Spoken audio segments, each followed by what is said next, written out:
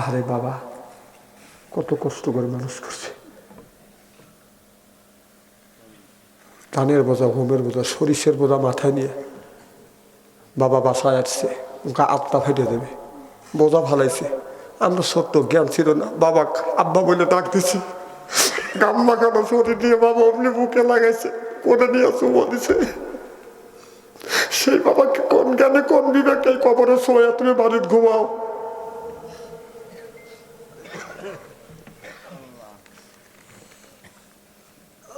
এরকম শীতের মধ্যে বাবা যেদিন মারা গেলে গ্রামবাসী মশুরি টানাইছে, বাবাকে গোসল রুমে নিয়ে গেছে।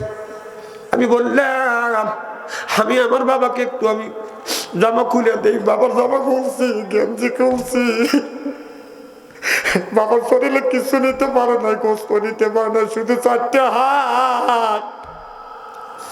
ওই বাবা 4টে হাত নিয়ে বাদন ঘুমিয়ে আছে, মা কিছুই নিতে পারে নাই বাদান, 5টা কাপড় নিয়ে 4টে হাত নিয়ে কবরের মধ্যে শুয়ে আছে। আল্লাহ নবী বললেন কেউ যদি মা আর বাবার জন্য যদি দান খয়রাত করে, এই দানের দৌলতে মা বাবার কবরের গরাজাত মাফ করে দিবে আমার আল্লাহ। আল্লাহ নবী বললেন মা মারা গেছে, বাবা মারা গেছে, আপনি বাবার জন্য মার জন্য যদি দান করেন, এই দানের দৌলতে আল্লাহ নবী বলছেন মা বাবার কবরের গরাজাত আল্লাহ মাফ করে দিবে। কথা আমি বলিনি, আমার বিশ্ব নবী বলছে। এই জন্য মা বাবা মারা গেছে দান করি। বাবা মৃত্যুর পর দীর্ঘদিন মা জমিনে জীবিত ছিল। রাত 2টায় গেছি, বিবির ঘরে দরজা হাত দিছি, দরজা শক্ত, ছেলের ঘরে দরজা হাত দিছি, দরজা শক্ত। বৃদ্ধ মা 112 বছর বয়স, দরজা হাত দিছি, দরজা খুলে গেছে। মারে বলছি মা বাড়ি সব ঘুমায়, তুমি কেন ঘুমাও না? মা কই বাবা সব যদি ঘুমায়, আমি তোমার মা, তুমি যতক্ষণ পর্যন্ত বাসায় না আসো আমি ঘুমাই না। আমি বাসায় গেছি, আমার গায়ে হাত দিছে, হাত ঠান্ডা পা ঠান্ডা। আমার মা অমনি সরিষার তেল গরম করিয়া সর্ব শরীরে মালিশ করিয়া দিছে।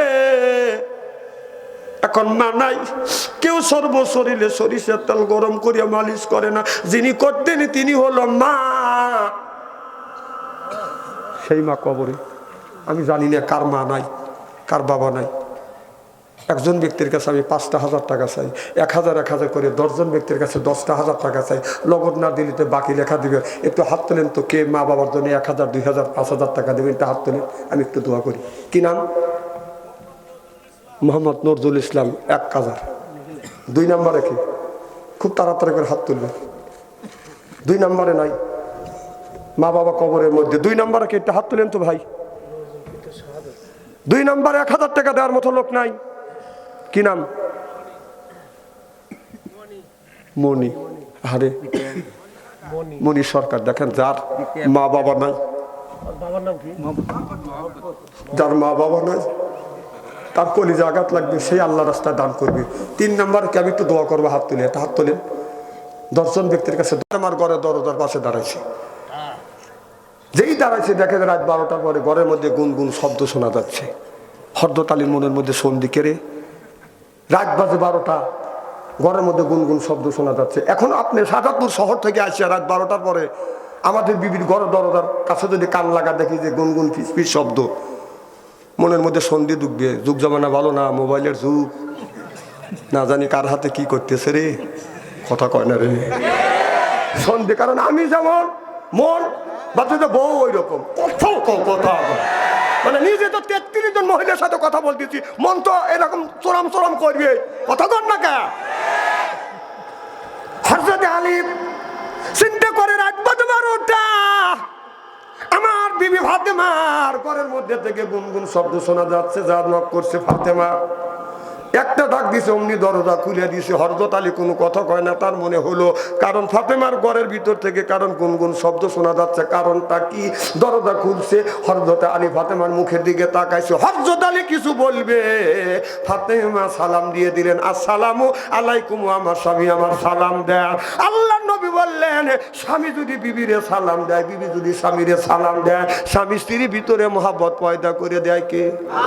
বেটা যদি মারে সালাম দেয়, মা যদি বেটারে সালাম দেয়, বাবা যদি মেয়েরে সালাম দেয়, মেয়ে যদি মারে সালাম বাবারে সালাম দেয়, স্বামী স্ত্রী বাপে বেটা স্বামী স্ত্রীর ভিতরে মহব্বত পয়দা করে দিবে কে?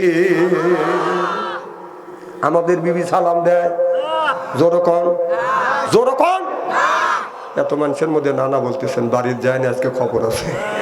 বউ বলবি না আমি তো সালাম দিই অথবা না দিই, তুই পাবলিক ফাংশনে বললি কে? মা বোনেরা আছে না? মা বোনেরা শুনেন, সবাই করতেছে হ বৌমান সালাম দিলই না। আমরা কি বিবিদের সালাম দেই? जैसे के तैसे मिले रात के मिले रानी बुध के बुहिते नहीं मिले खापसाते खापसानी रे खापसाते खापसानी जोरकान ठीक किने आज के आखिरी मोनाजात करिया बाड़ीते जा बीबी के सालाम देबो बोलेन इंशाअल्लाह ताओ बोले ना इंशाअल्लाह आखिरी मोनाजात करे बाड़ीते जा बीबी के सालाम दिबेन और बोलबेन अस्सलामु आलाइकुम ओ आमार बीबी आमार सालाम दाও। যখন সালাম দিবেন বলাকে কাপুরলে হাসবে আর বলবে দম করা জায়গা পাচ্ছে না। অজগবি সালাম দিলে হাসবে না? কথা কয় না। আমি আমার বিবিকে সালাম দিই তো আমার বড় ভাবি লাকে কাপুরলে হাসে। তাই আমি বললাম বাবি তুমি হাসো কেন? আমার কয় তুই তোর বউক সালাম দিস তোর শরম টরম করে না। তা আমি বললাম বেবা কাম করি শরম করে না, সালামের আমার কিছু শরম না। না না বিবির সাথে কোন কথাতে হয় না। কর আজকে বাড়ির যা সালাম দেওয়া যাবে তো ইনশাআল্লাহ। জোরকর মার হবা হযরত আলী নক করছে রে বিবি ফাতেমা। অমনি দরজা খুলছে, চোখে যখন চোখ পড়ছে হযরত ফাতেমা সালাম দিয়েছে আসসালামু আলাইকুম আমার স্বামী আমার সালাম লাগ। হযরত আলী উত্তর নিয়ে এরপরে বলতেছে বিবি রাত বাজে 12টা, আমি রাত 12টার পরে আমি তোমার ঘরের দরজার পাশে দাঁড়াইলাম, গুনগুন ফিসফিস শব্দ শুনছি। বিবি কার সাথে তুমি কথা বললে? মা ফাতেমা বলে স্বামী রে যতক্ষণ পর্যন্ত আপনি বাসায় না আসেন আল্লাহর কসম করে বলতেছি অনর্থ ভাবে বেশানে আমি ঘুমোতে যাই না। আল্লাহ কোরআন খুলি, কোরআন পড়ি, আমার মওলার সাথে গল্প করি। চিল্লাকান আল্লাহু আকবার।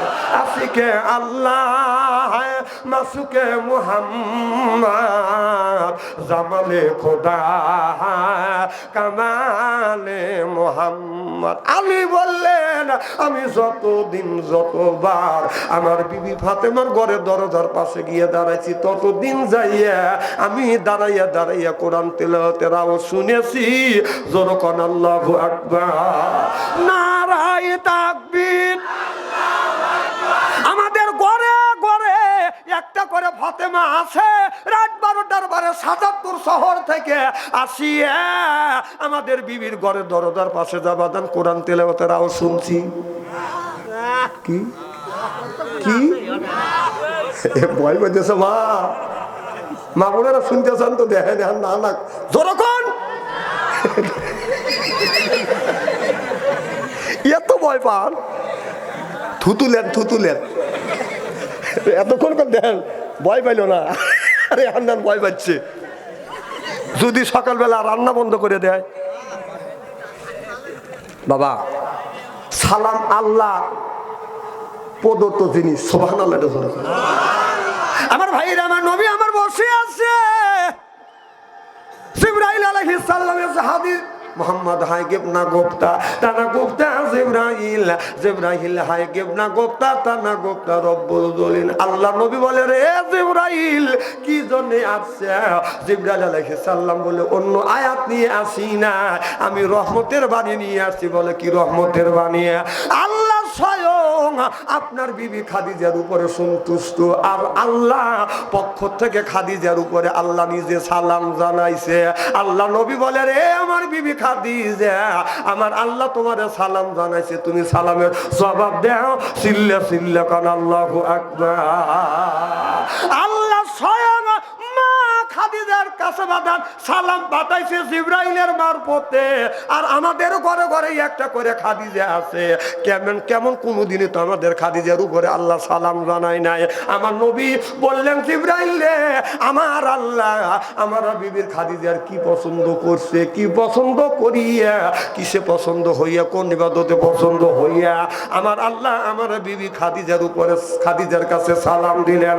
জিবরাইল আলাইহিস সালাম বলে ইয়া রাসূলুল্লাহ ইয়া হাবিবাল্লাহ আল্লাহ সন্তুষ্ট হইছে।